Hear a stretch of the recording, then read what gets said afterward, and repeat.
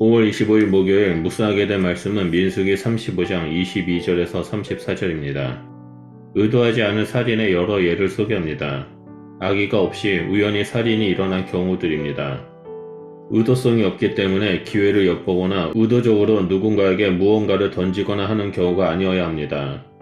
이에 해당하는 예는 다음과 같습니다. 첫째, 아무런 의도 없이 무심코 사람을 밀쳐서 죽게 한 경우. 둘째, 기회를 엿보는 일 없이 물건을 던져 사람을 죽게 한 경우. 셋째, 보지 못하고 사람을 죽일 만한 돌을 던져서 사람을 죽게 하는 경우입니다. 여기서 보지 못한 상황이란 즉 의도하지 않고 우연히 일어난 사고를 말합니다. 예를 들어 신명기 19장 5절에 어떤 사람이 도끼를 들고 나무를 하다가 도끼가 자루에서 빠져 이웃을 쳐서 죽게 한 경우가 바로 의도치 않은 살인입니다. 하지만 의도하지 않은 살인이었다 할지라도 일단 살인이 일어나면 회죽은 살인자와 피를 보복하는 자 사이에서 판결을 해야 합니다. 여기서 말하는 회중은 일반 이스라엘 백성 공동체를 뜻하는 것이 아닙니다. 히브리어 정관사가 포함되어 있기 때문에 도피성에서 비의도적인 살인사건을 재판하고 판결을 내리는 특정한 사람을 지칭합니다. 사망사건이 일어나면 피의자는 즉시 도피성으로 피하게 되고 피해 복수자, 즉 죽임을 당한 자의 고엘은 사적으로 복수를 할 수 없게 됩니다. 이런 경우 피해 복수자와 피의자 사이에서 재판을 통해 판결을 내리게 합니다. 판결이 날 때까지 형 집행은 미뤄지고 살인의 의도성이 없다고 판단되면 피의자를 도피성으로 돌려보냅니다. 피의자는 즉시 도피성으로 들어가서 피해 복수자로부터 목숨을 지킬 수 있게 됩니다. 도피성은 생명을 구원하는 의미도 있지만 도피성에서 떠나지 못하게 되므로 다른 한편으로는 일종의 감옥 생활과 같은 격리와 형벌의 시간으로 간주할 수 있습니다. 만일 재판을 통해 살인 행위가 고의적인 것으로 판결하면 그 피의자는 사형에 처하게 됩니다. 사람이 하나님의 형상대로 지음을 받았기 때문에 성경은 사형에 대해 대단히 엄격한 기준을 제시하고 있습니다. 고의든 아니든 살인은 대단히 심각한 죄이며 어떠한 경우라 할지라도 엄격히 다루어져야 합니다. 그럼에도 불구하고 살인한 자들 중에서 한 사람이라도 억울한 일이 일어나서는 안 됩니다. 바로 이것이 도피성 제도를 율법으로 주신 하나님의 말씀의 정신입니다.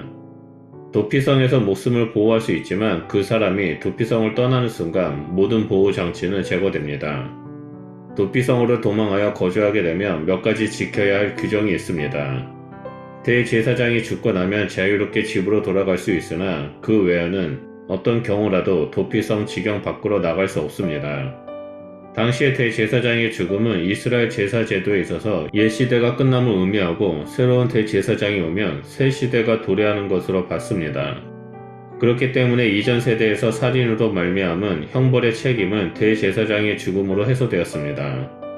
대제사장이 죽지 않았다면 피의자는 도피성 경내에 머물게 하여 세상과 격리하고 그의 죄악이 세상에 퍼지지 못하도록 하는 것입니다. 그런 점에서 도피성은 부지 중에 살인한 자에게 감옥의 역할을 하고 있습니다. 살인에 관련된 법률을 고의적인 살인과 비고의적인 살인으로 구별하여 내린 법령은 이제 29절에서 요약하며 마무리합니다.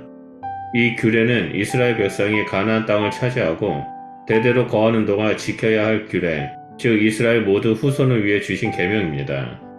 이에 30절 이하에 나오는 내용은 앞에서 주어진 규례들을 조금 더 구체적인 상황에 적용하는 부록의 성격을 띱니다. 두 개의 예를 구체적으로 언급하는데 첫째는 살인한 자에게는 반드시 죽음의 형벌을 내려야 한다는 대원칙을 다시 한번 천명합니다. 하지만 이 경우에도 더 구체적인 규례가 주어지는데 그것은 살인자의 죄를 한 사람의 증인으로 결정해서는 안 된다는 사실입니다. 이 규정은 신명기 법률을 비롯해서 이후 이스라엘의 사법제도에서 중요한 전제가 됩니다. 두 번째 세부사항은 고의적으로 살인을 범한 자는 그의 신분이나 상황이 어떠함과 상관없이 오직 죽이는 법밖에 없습니다. 땅에 무지한 자의 피를 흘리는 것은 그 땅을 더럽히는 것이기 때문입니다. 이는 사람의 피를 흘리고 생명을 빼앗는 것은 생육하고 번성하여 땅에 충만하라는 하나님의 창조 명령을 거역했기 때문입니다. 말씀을 보면 도피성은 분명 피난처이지만 동시에 제사장 죽을 때까지 갇혀 있어야 하는 감옥이라는 사실을 알 수 있습니다. 만약 대제사장이 죽기 전에 도피성을 나갔다가 보복을 당하더라도 그 책임은 도피성을 나온 본인에게 있습니다. 이것은 은혜를 은혜로 받아야 한다는 것과 은혜를 받아 생명을 부지한 사람들이 무한한 자유를 요구해서는 안 된다는 것입니다. 우리 모두는 죽을 수밖에 없는 죄인이었습니다. 하지만 우리의 도피성 되시는 예수 그리스도로 말미암아 죽음에서 벗어나 영원한 삶을 소유하게 되었습니다. 우리가 예수 그리스도를 벗어난다면 다시 죽음의 길로 들어설 수 있음을 오늘 본문 말씀을 통해서 볼 수 있습니다. 영원한 생명은 오직 예수 그리스도 안에 머물렀을 때 소유하게 됩니다. 예수 그리스도 안에 있는 자들은 무한한 자유가 아닌 성경에 허용된 범위 안에서 은혜와 자유를 누리게 됩니다. 그렇기 때문에 우리는 더더욱 예수 그리스도 안에서 머무는 자가 되어야 하며 성경에 기록된 말씀대로 살아가는 그리스도인 되어야 합니다. 그럴 때 길과 진리와 생명 되신 예수 그리스도로 말미암아 영생의 길을 걸어가게 될 것입니다. 기도하겠습니다. 하나님 감사합니다. 우리에게 영원한 도피성이 되신 예수 그리스도를 보내주시고 우리가 예수 그리스도 안에 머물며 예수님과 함께 동행하고 살아가는 자로 세워주셔서 감사드립니다. 우리가 이 땅에서 살아갈 때 예수 그리스도 안에 머물며 오직 하나님 말씀에 순종하며 살아가는 자로 다시 한번 우리가 서 있겠습니다. 성령 하나님, 우리가 이 땅에서 길과 진리와 생명 되신 예수 그리스도와 함께 영원한 본향을 향해 전진하며 나아가는 주의 백성이 될 수 있도록 우리를 인도하여 주시고 동행하여 주시옵소서. 그래서 결국엔 다시 오실 주님을 맞이하며 거룩과 신부가 되어 영원한 본향으로 들어가는 주의 백성이 될 수 있도록 함께하여 주시옵소서. 감사드리며 예수 그리스도 이름으로 기도드립니다. 아멘.